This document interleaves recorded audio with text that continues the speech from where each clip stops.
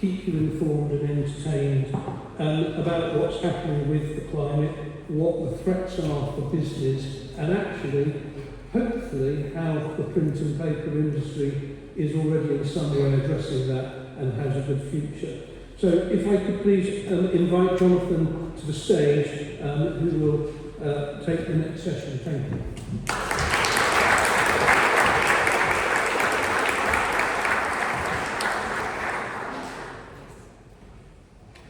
Thank you, Jonathan. Thanks for the warning about keeping to time. I promise you I'll try and do my best on that score. And it's really very nice to be back here. I have indeed spoken in this wonderful hall on a number of occasions, in fact, and just prove the astonishing strength of my paper filing system, because I'm not really a great believer in electronic filing. I managed to dig out, amazingly, the speech that I gave on the 8th of March 2004 to the Stationers' Livery Lecture in this very hall.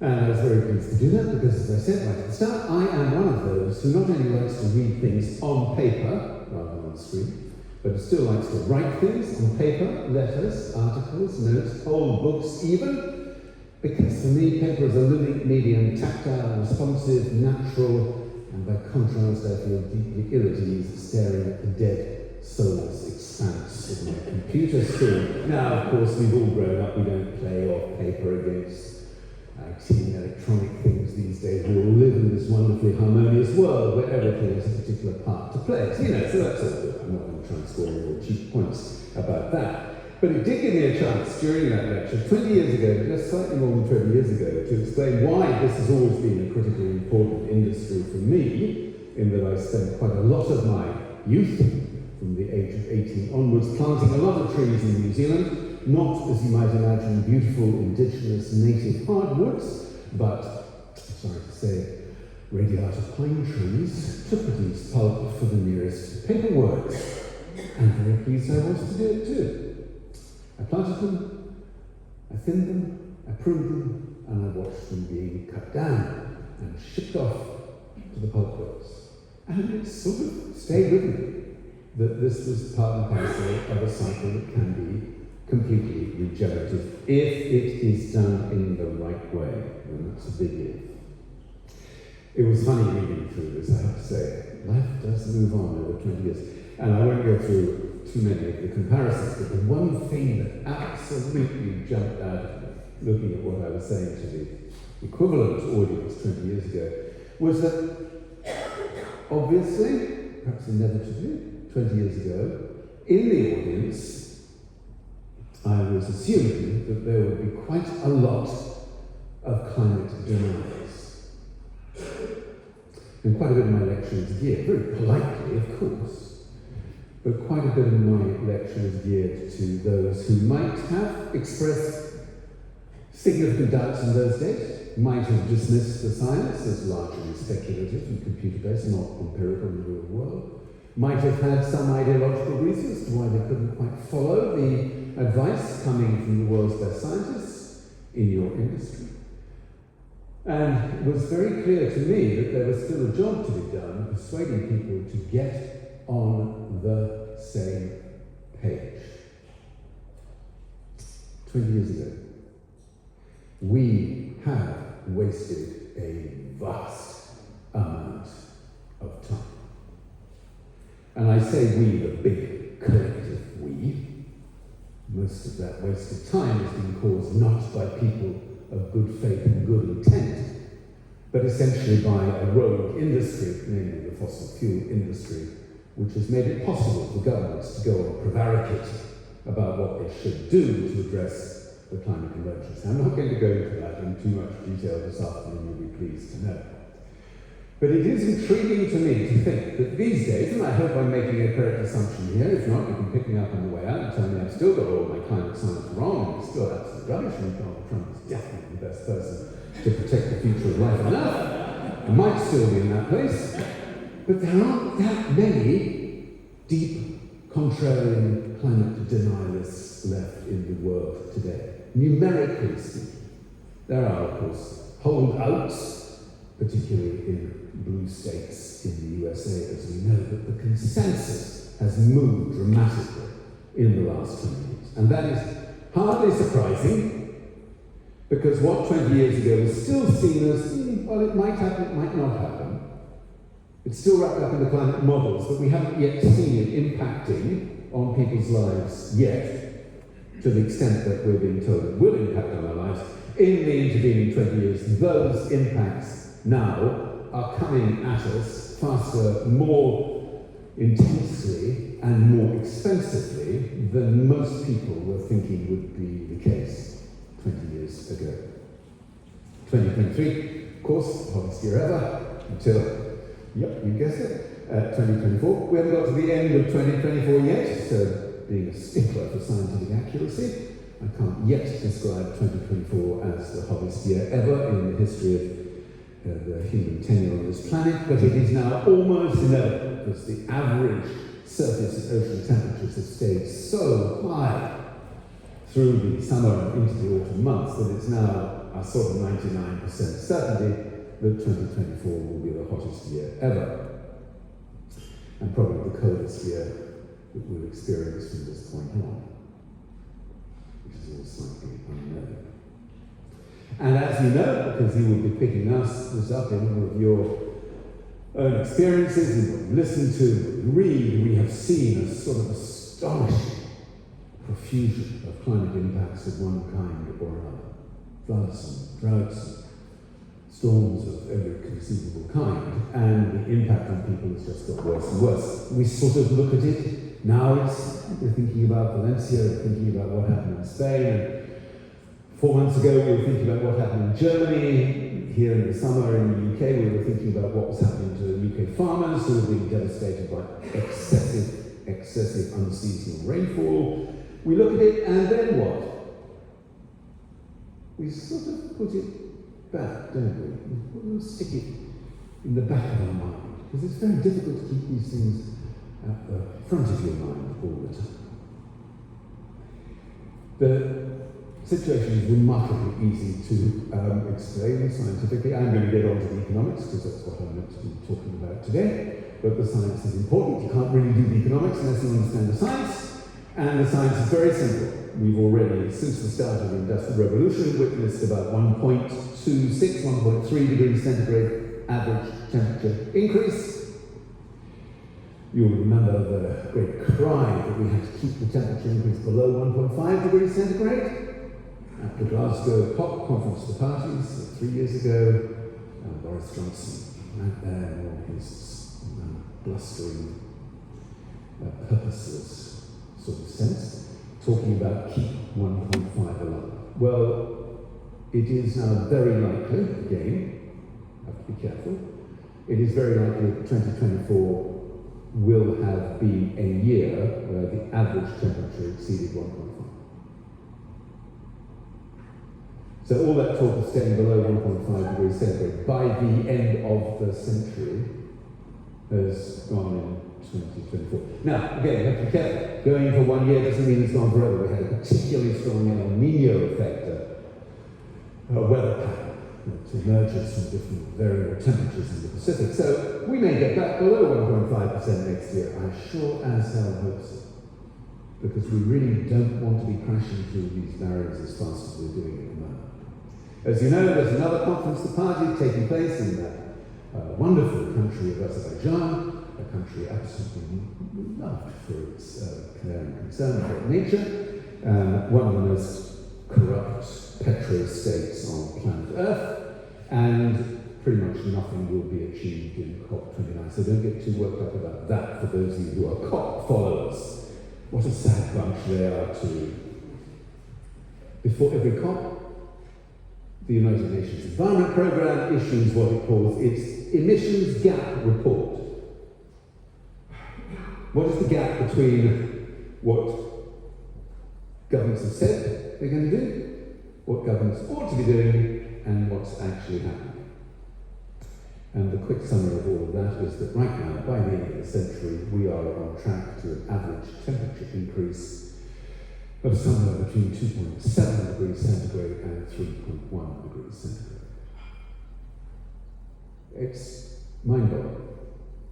Life is not livable with that kind of temperature increase coming down the track at us.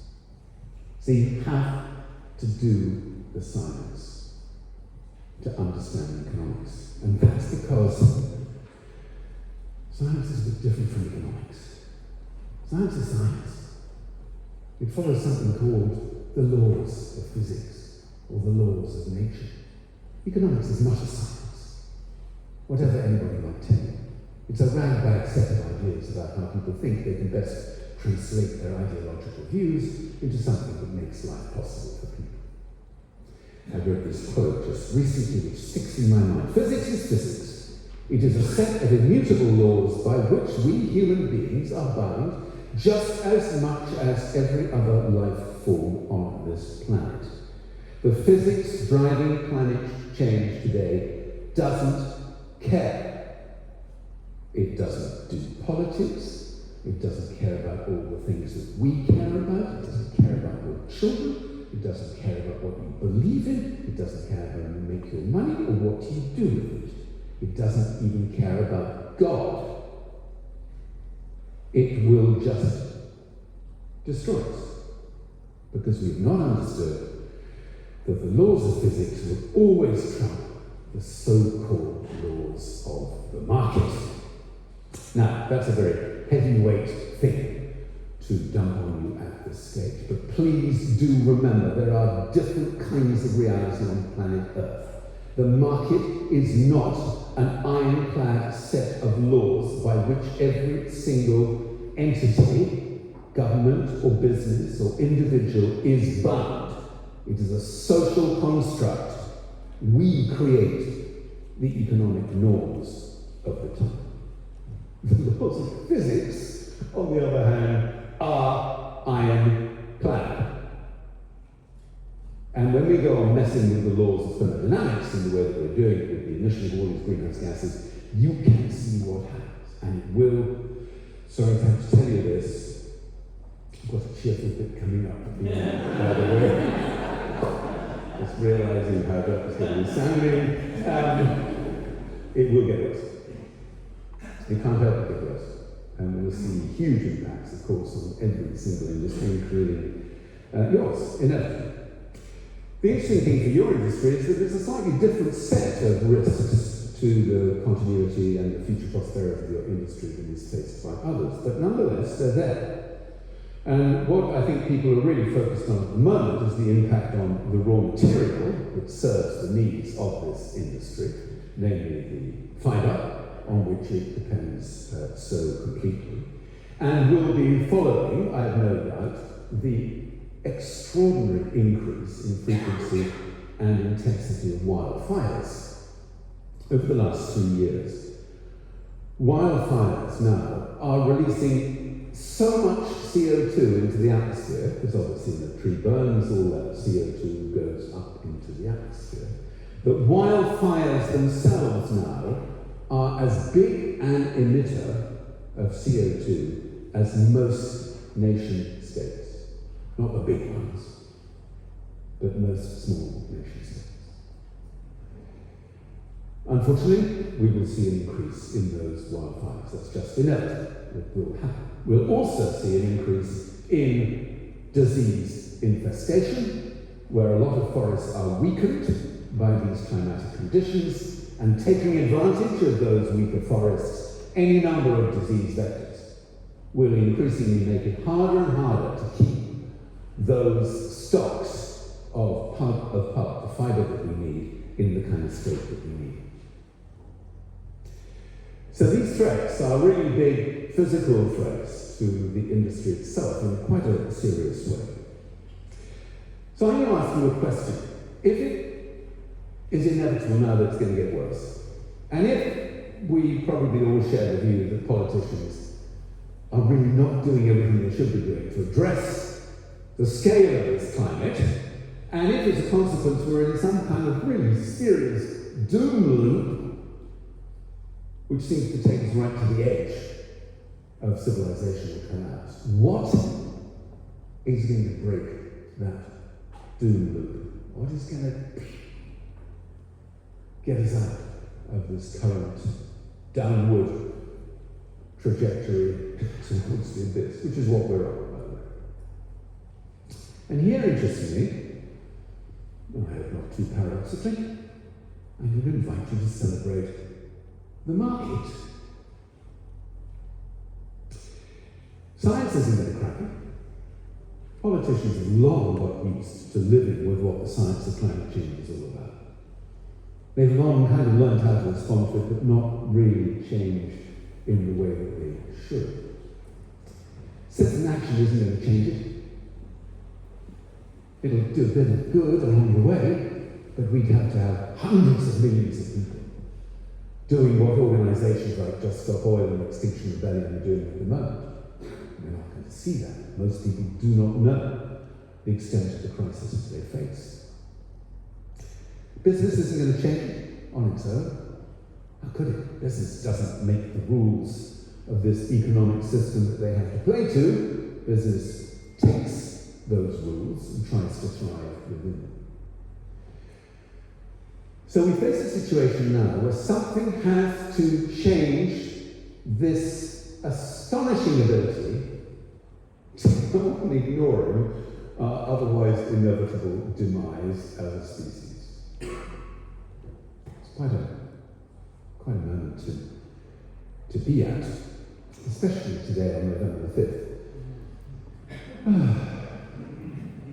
When an awful lot of people on the other side of the Atlantic are basically determining our future as a species. So to keep this simple, the global economy is made up of three huge baskets of economic activity: banking, asset management, investment, etc., and insurance. Banking is hopeless. They're venal, corrupt, self-interested, short-termist, and a threat to the future of humankind. Apologies to all bankers, and maybe asset managers are not quite so problematic, in as much as they will actually rebalance portfolios if it becomes clear they're going to make more money by going down one line than going down another. They still think at the moment that there are good safe returns to be made out of keeping a lot of their investments in fossil fuel and extractive industries, and they haven't really started to transition over to a full-blown green, sustainable economy. So that leaves insurance. And this is where the laws of the market are really, quotes, laws. I'm told you they are not laws, okay? This is where market disciplines will kick in a way that people are not anticipating. So you probably know that a month or so ago, America had two very powerful hurricanes, storms, affecting the Gulf Coast. Helene and Milton. And you probably read quickly that these were quite impactful in terms of the damage done. In fact, Hurricane Helene caused somewhere between $280 and $300 billion worth of economic damage. And Hurricane Milton, which was disappointingly small and pathetic. I'll come back and explain that rather callous comment in a minute. Only caused about $110, $120 billion. So you can see it kind of pushing up towards $400 billion in two storms. We've had a couple of others this year, so probably by the end of this year, America will have suffered climate-related impacts to its economy from storms alone, not flooding, not wildfires, from storms alone of nearly $500 billion. So unlike banking, which is mostly in fictitious numbers, and unlike asset managers who are not necessarily held to account in the way they should be, the insurance industry, it cannot pretend that those costs are not already impacted on P&Ls now.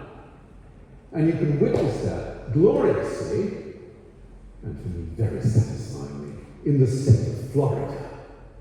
Not my favourite bit of the world, In fact, the one bit of the world which I would be perfectly happy to see sink under the ocean waves before any other part of the world. I've got nothing against individual Floridian citizens, I understand, but nonetheless, historically speaking, Florida has been a bit of a problem. This damage in the state of Florida is now so enormous that somewhere between a third and 40% of all state-based insurance companies in Florida are either already bust or going bust. They can't cover the costs any longer. They can't go on jacking up the premiums because people can't afford the premiums.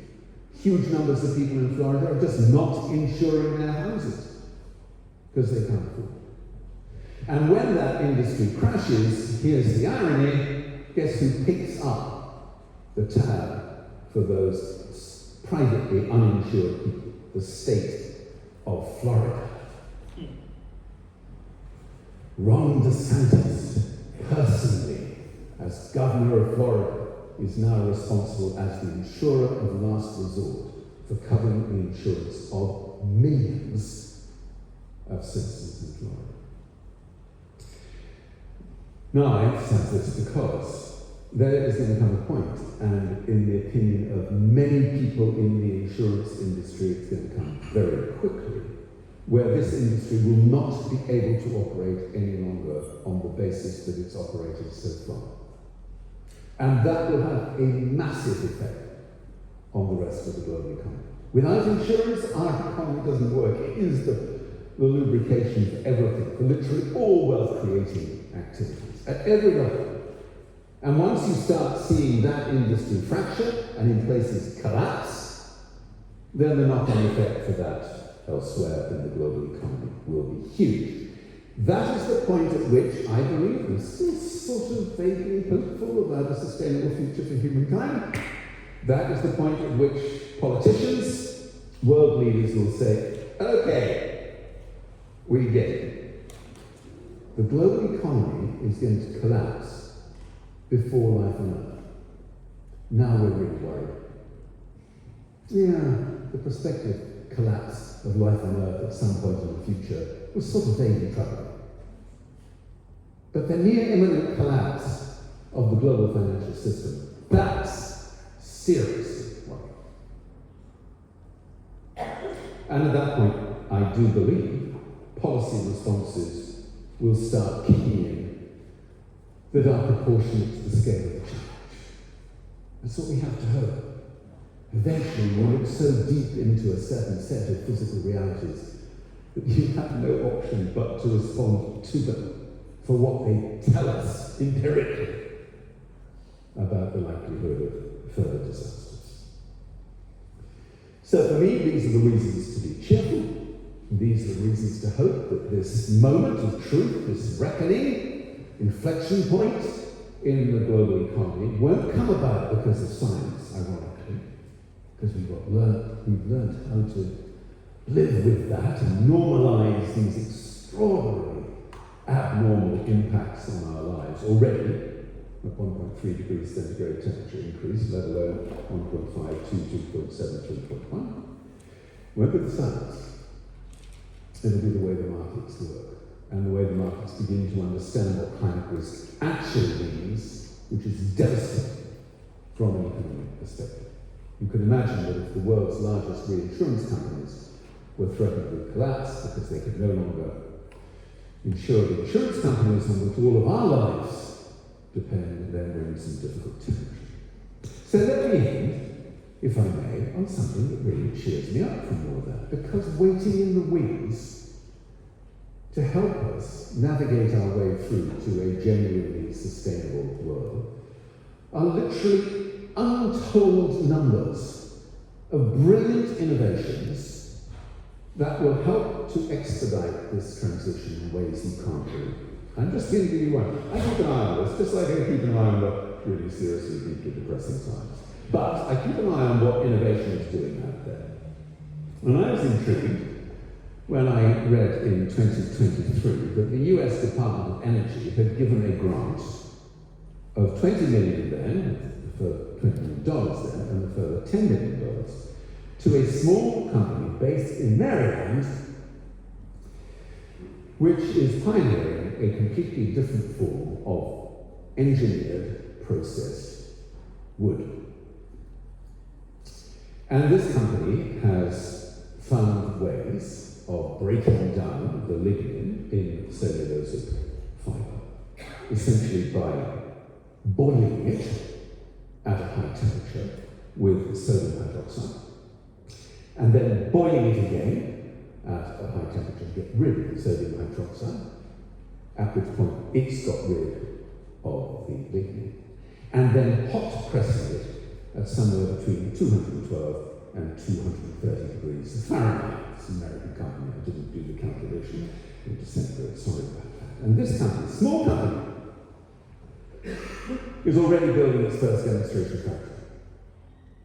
And it's a small grant, relatively speaking, from the Department of Energy. But the extraordinary thing about this material that emerges from it, cross-laminated, engineered, extraordinarily strong, wood-based fibre, is that it is 50% stronger than steel, a sixth of the weight of steel, and can be manufactured at half the cost. It is fireproof, because it's so dense.